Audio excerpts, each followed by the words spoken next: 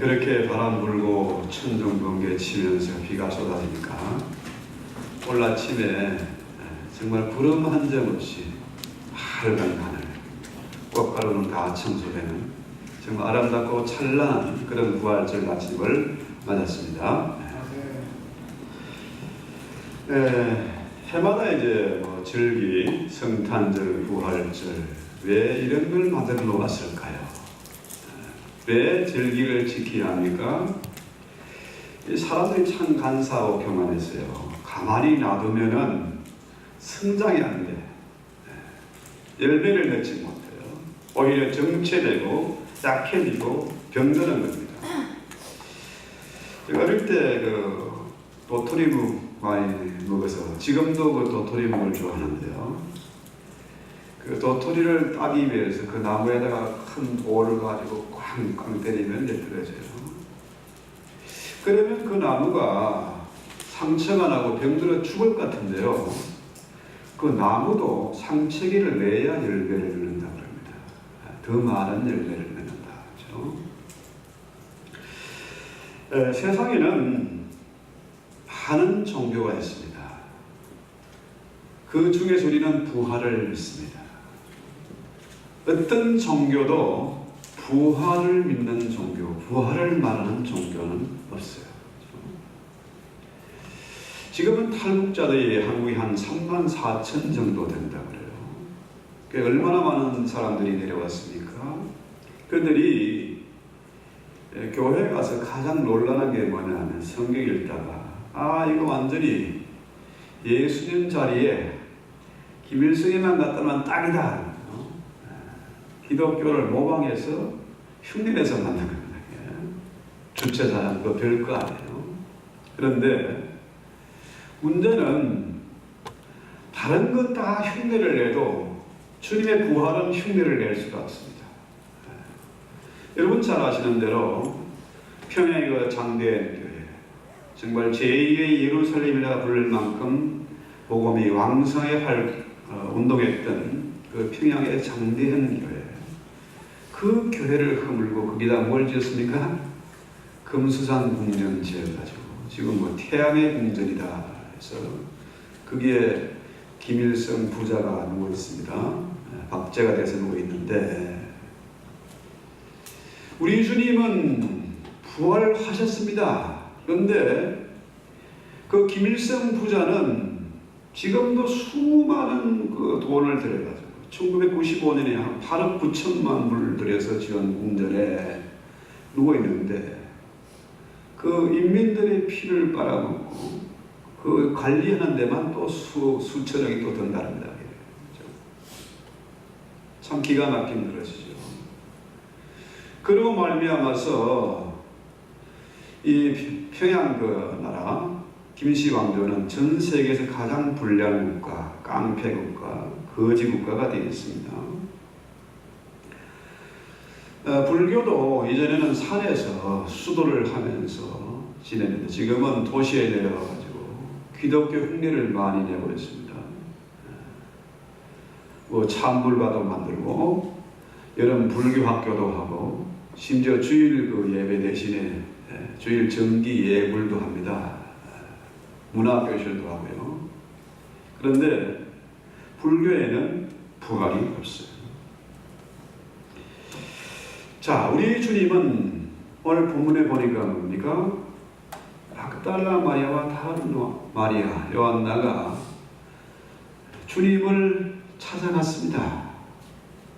죽은 예수 그 시체를 찾으러 갔습니다. 갔더니 어떻게 해요? 거기에 예수님이 안 계세요. 무덤이 비어 있었습니다. 오늘 많은 사람들이 교회를 찾습니다. 어떤 예수를 찾습니까? 인간 예수, 죽은 예수를 찾아오는 사람들을 많이 있어요. 예수님은 부활하셨습니다. 살아나셨어요. 자, 천사들이 이 여인들에게 뭐라 그럽니까? 천사들에게는 무덤은 비어있다. 예수는 살아나셨다. 그가 갈릴리에서 너희에게 무슨 말 했느냐? 3일 후에 내가 살아난다고 얘기하지 않았느냐?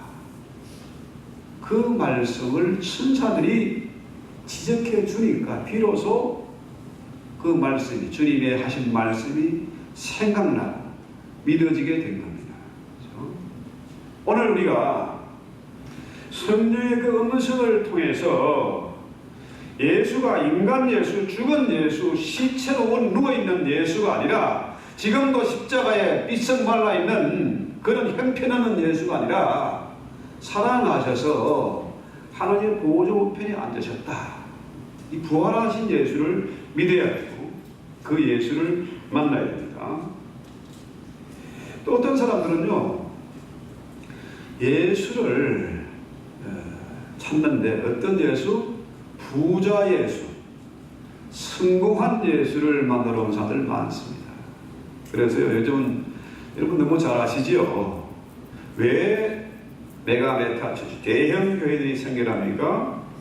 크게 가서 비즈니스 하려고, 또 부자들 만나서 뭐 얻을 게 있는가 싶어서 그래서 성공한 예수, 부자 예수를 찾는 사람들 많습니다.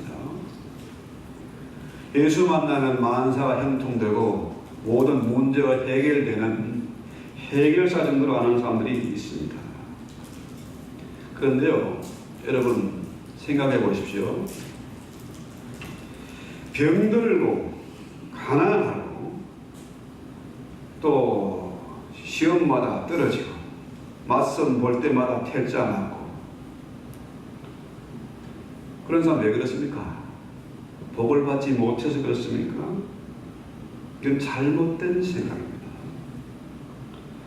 사람들은 너무나 결과 위주로 성공 위주의 삶을 살아가고 있습니다.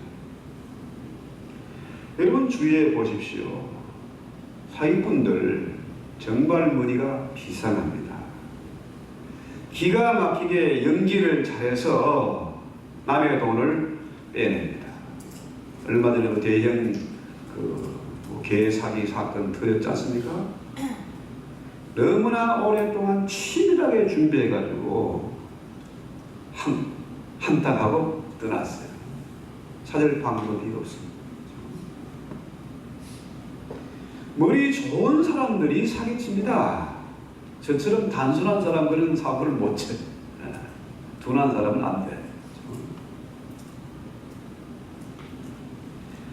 자, 시험에 떨어지고 내 자식이 공부 못한다고 해서 내가 복받지 못한 게 아니다, 이 말입니다.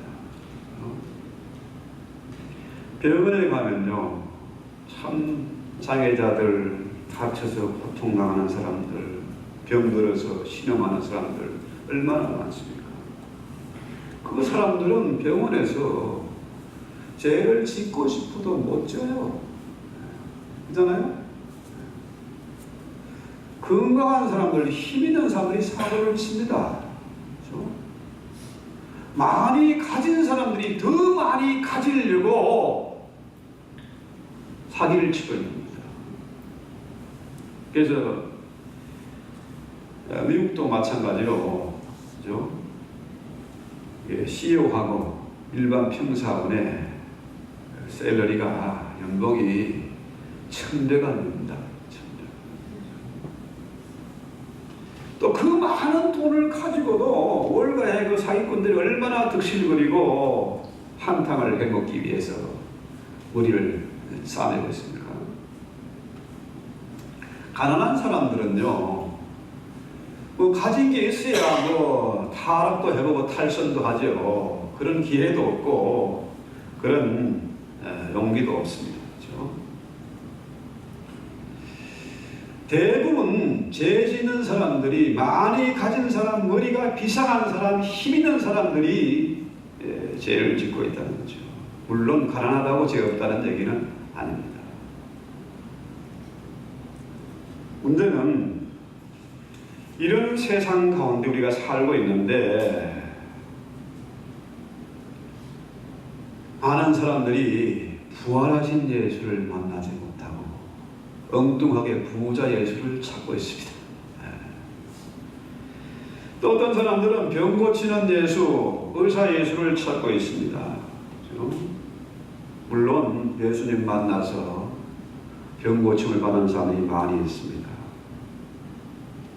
그런 사람들이요, 병 잘 고치는 예수, 그것 때문에 소문난 목사를 찾고 기도원을 찾고 그런 사람들 많이 있습니다. 부활하신 예수를 만나지 않고 의사 예수를 만나러 가는 것입니다. 오늘 우리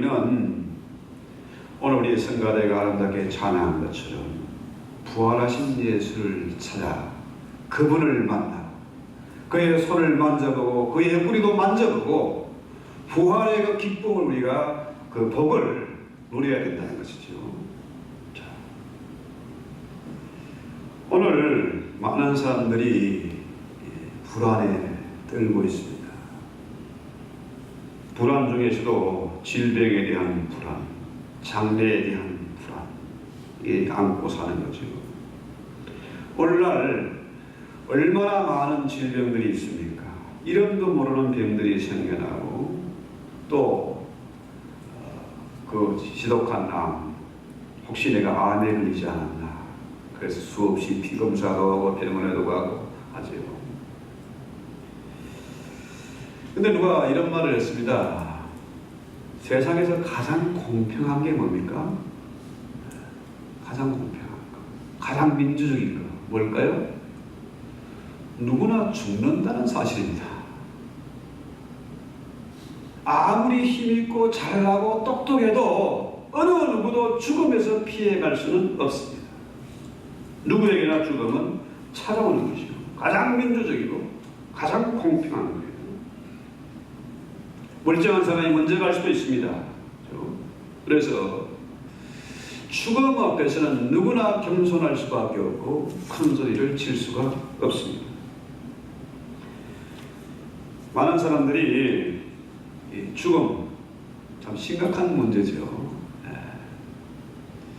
유럽 어떤 그 대단한 코미디언이 죽기 전에 이런 유언을 남겼습니다.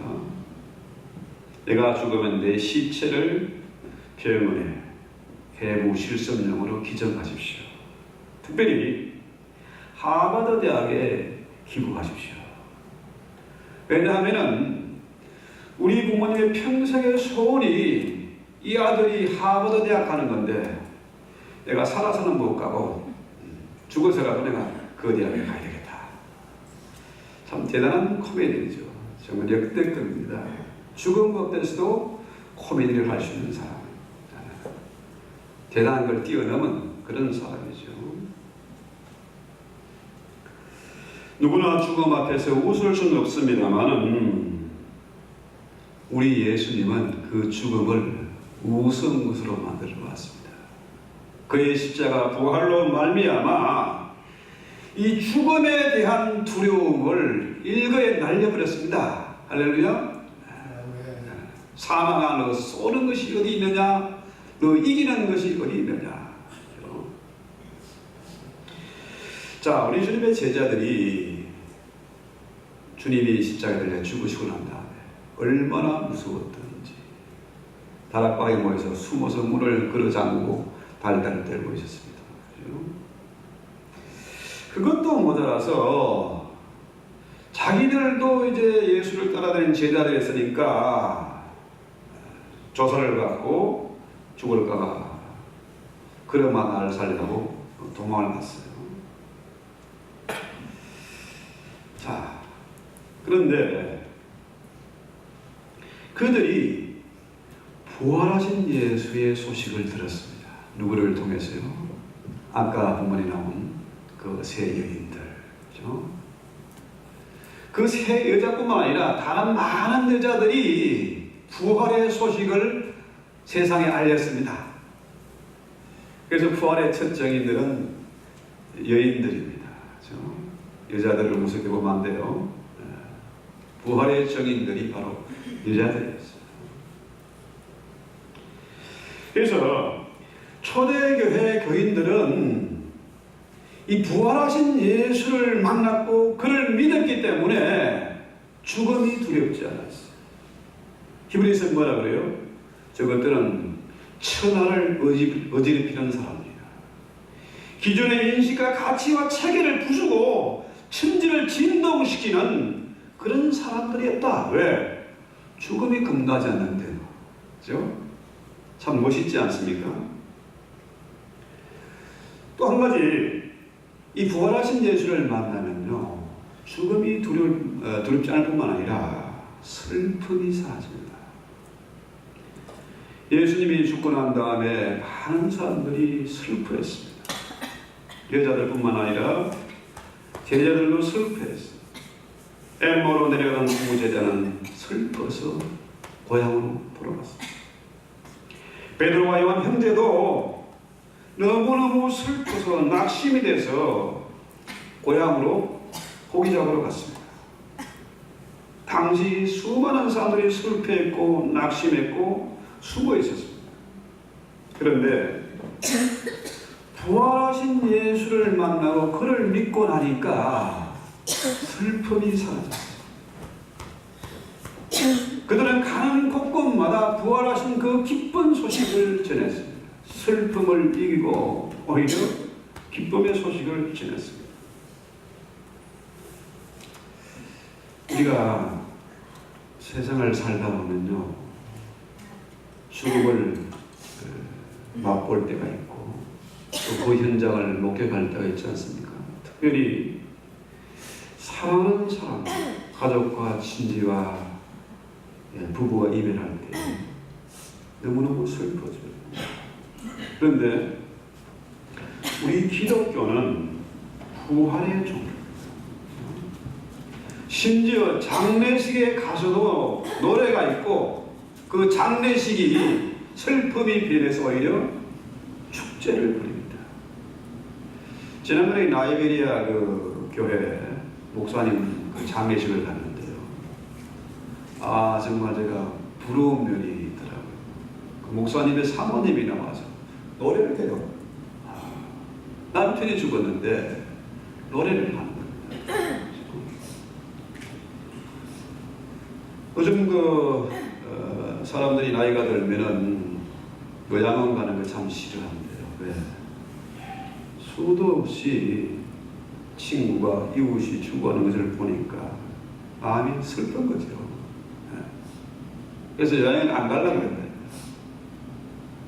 그래서 가능하면요, 부모님을 요양원 보내지 마세요. 그런데 이 부활하신 주님을 믿으면, 부활의 신앙이 나에게 있으면 죽음이 두렵지 않고 슬프지도 않습니다. 실망도 제게 해줍니다. 사람들은 그 당시에 예수님을 메시아로 믿었습니다. 구세주, 해방자로 믿었어요. 로마의 압제에서 저 왼수들을 물리치고 구원해줄 그런 메시아로 믿었는데, 이 예수가 형편이 없는 거라.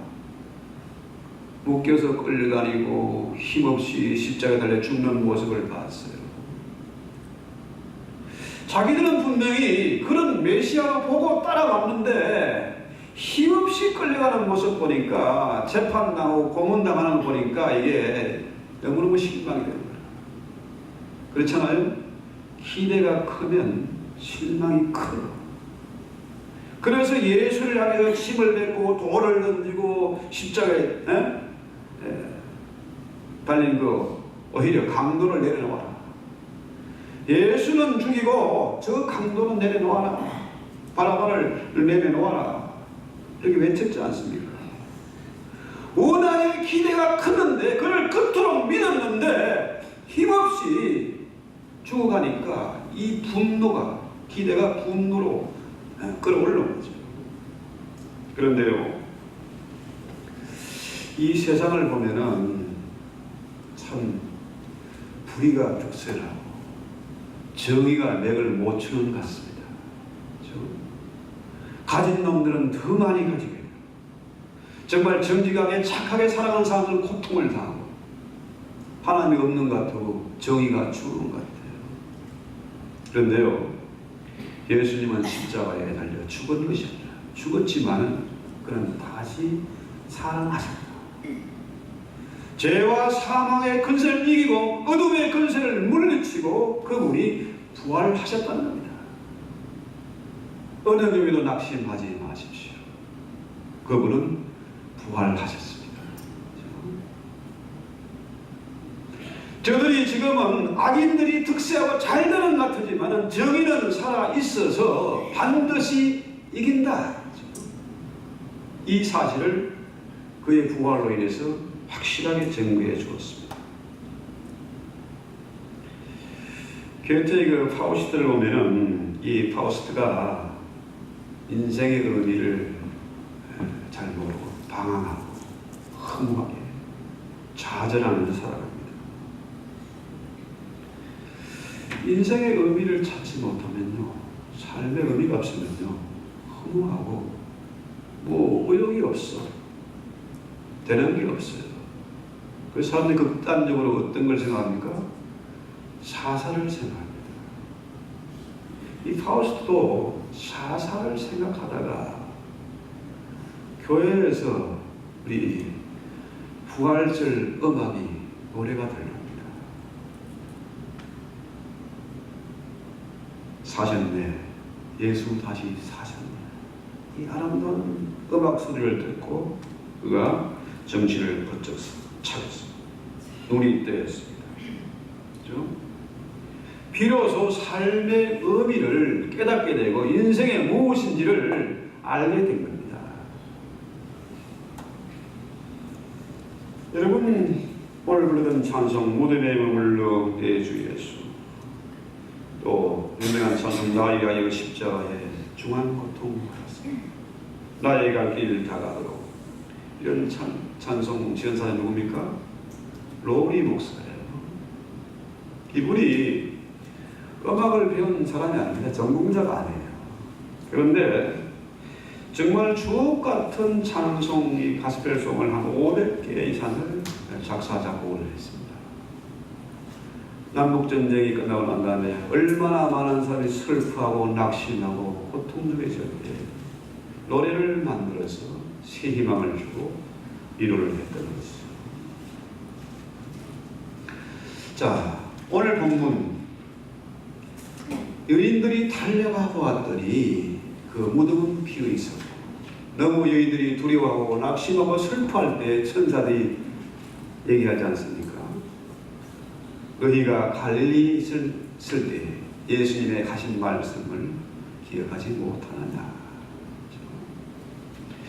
여기에 이 로우리 목사님이 감동을 받고 영감을 받아서 이 무덤에 머물러 160장 찬송을 지은 거지. 오늘날 교회와 성도들이 부활 신앙을 믿지 못합니다. 죽은 예수를 찾고 인간 예수를 찾고 성공한 예수, 부자 예수를 찾고, 그죠? 성공신학에 물들어 있지만은,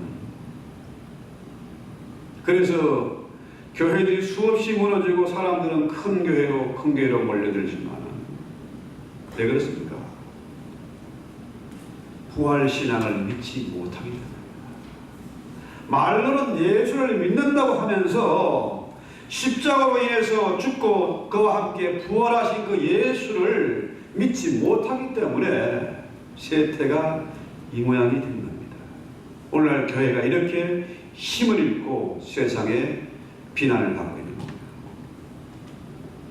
주님 분명히 말씀하셨습니다. 나는 부활이요 생명이니 나를 믿는 자는 죽어도 살겠고 무릇 살아서 나를 믿는 자는 영원히 죽지 아니하리라. 우리가 이 말씀을 그대로 믿어야 됩니다. 이 부활의 신앙이 확고히 자리 잡을 때에 우리 신앙은 흔들림이 없고 우리의 영과 육이 새롭게 변화될 것입니다. 여러분 잘 아는 그 성 프란치스코, 참 대단한 성자죠. 이 사람이 그 이태리의 그 재벌의 아들입니다. 엄청난 재벌의 아들이에요. 그런데 성 베드로 성당에 그 거지들이 너무 많고 그 거지들이 구국을 하는 모습을 보고 이 사람이 깨달음을 얻었어요. 나는 평생을 가난하게 살겠다. 그래서 그의 많은 재산을 다 나눠주고 그는 무소유의 삶을 살았습니다. 가진 것이 없이 살았어요. 얼마나 많은 사람들이 감화를 받아서 그를 성자로 불렀고 또 프란치스코 교회가 하나 생겨났습니다. 교단이 하나 생겨난 거예요. 그런데 그분이 한 유명한 말이 있습니다. 그렇죠? 이런 고백이 있는데요. 가난이 나의 애처, 사랑은 부인이고 고난은 나의 스승이고 죽음은 나의 소망이다.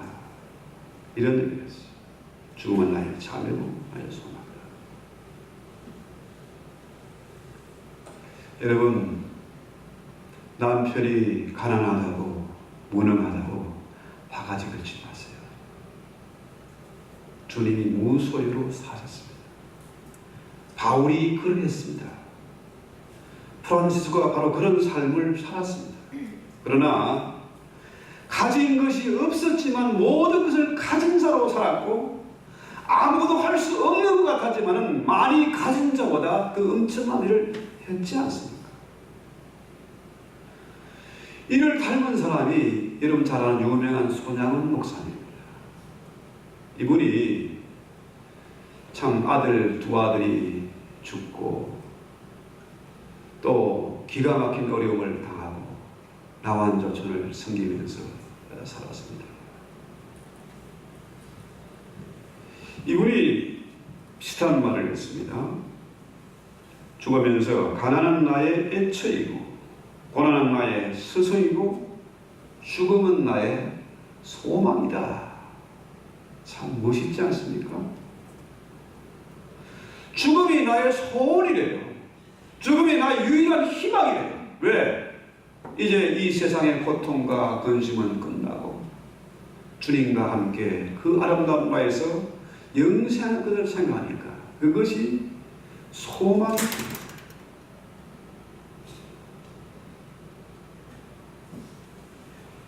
여러분, 베드로는 어떤 설교를 했습니까?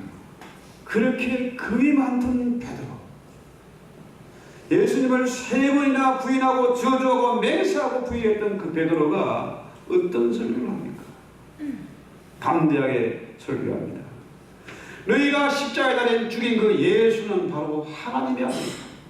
하나님의 아들 예수를 너희가 십자가에 달았다. 이 베드로의 설교를 듣고 그가 부활하신 예수님, 너희가 죽인 그 예수를 하나님께서 살리시고 그를 하나님의 보호자 우편에 올리셨다. 이 설교를 듣고요, 단순하잖아요. 3,000명이나 어찌할꼬 회개하는 역사가 있었습니다. 베드로는 바로 부활의 메신저였어요. 초대교회 성도들은 하나같이 부활하신 예수를 믿고 부활의 메신저가 돼서 죽음을 무릅쓰고 죽음을 두려워하지 않고 담대하게 부활하신 예수의 소식을 전했습니다. 지금 세상이 어떻게 변했습니까? 이렇게 풍요롭고 이렇게 민주적이고 이렇게 정말로 좋은 세상에 살면서 우리는 부활하신 예수를 잃어버렸어요. 그러나 분명한 것은 우리는 담대하게 세상에 전할 수 있어야 됩니다. 이 세상의 유일한 희망은 오직 예수 그리스도다. 너희가 아무리 교회를 핍박하고 교회를 비난하고 목사를 무섭게 여기지만은 이 시대의 유일한 희망, 마지막 희망은 예수 그리스도고 교회다. 왜냐하면은 온 세상이 온 말을 다하고 손가락질을 한다고 할지라도 주님 부활하셔서 나와 함께 하시고 내 편이시고 나를 사랑하시기 때문이다. 하나님이 우리 교회를 얼마나 사랑하시는지 저는 정말로 기도할 때마다 늘 감격하고 감사하고 눈물 흘리지 않을 수가 없습니다. 아무것도 가진 것이 없고 힘이 없고 무능한 저에게 이 아름다운 교회를 맡겨주시고 성도를 섬기게 하신 게 얼마나 감사한지요. 만약에 예수님의 부활이 없었다고 하면 세상이 어떻게 됐겠습니까? 한번 상상해 보십시오. 바로 2000년 전의 모습으로 돌아가는 겁니다. 양반 쌍놈이 있고요. 노예들은 짐승처럼 취급을 받고 팔려다니고 끌려다니고 매를 맞고 있죠. 소망이라고는 없습니다. 아무리 많이 가져도 사람들은 나눌 줄 모르고 자기 중심으로 자기 성을 쌓고 살아왔을 겁니다. 예수의 부활을 믿는 성도도 있었기 때문에 죽음이 두렵지 않고 죽음이 나의 소원이다. 하나님이 나를 창세전에 예정하셨고 나를 구원하셨다. 어머니의 태 속에 있을 때부터 나를 아셨고 살펴오셨다. 이 신앙이 있었으니까요. 사람들이 죽음에 대한 공포를 해결하고 장래에 대한 불안을 해결하고 그들이 기업을 하고 투자를 하고 고용을 하고 또 무역을 하면서 이 세상이 이렇게 변해온 것입니다. 특별히 아까 여인들에 대한 얘기를 했습니다만 만약에 예수의 부활이 없었다고 하면 여인들은 지금도 남편에게 매맞고 팔려다니고 있을 겁니다. 그의 부활이 바로 이 시대의 마지막이고 이 시대의 유일한 희망은 바로 교회다. 우리가 자신 있게 외치면서 우리 찬송하고 기도합시다. 무덤에 머물러 내주겠습니다. 이렇게 아름다운 부활의 아침에 주님의 음성을 듣기를 바랍니다. 저에게 평안이 있을지 괜히 두려워 말라는 주님의 음성을 들을 수 있기를 바랍니다.